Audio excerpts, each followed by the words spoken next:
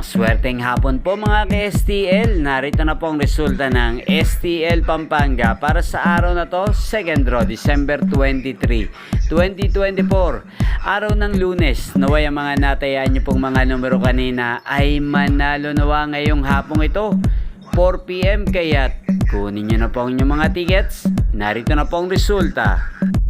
Ang mga numerong nanalo sa STL Pampanga ngayong hapong ito, December 23, 2024, 4 PM, second draw result, 32 at 9 in exact order. Sa lahat po ng tumaya kanina sa STL Pampanga para sa second draw ng 32 at 9, congrats po sa inyo.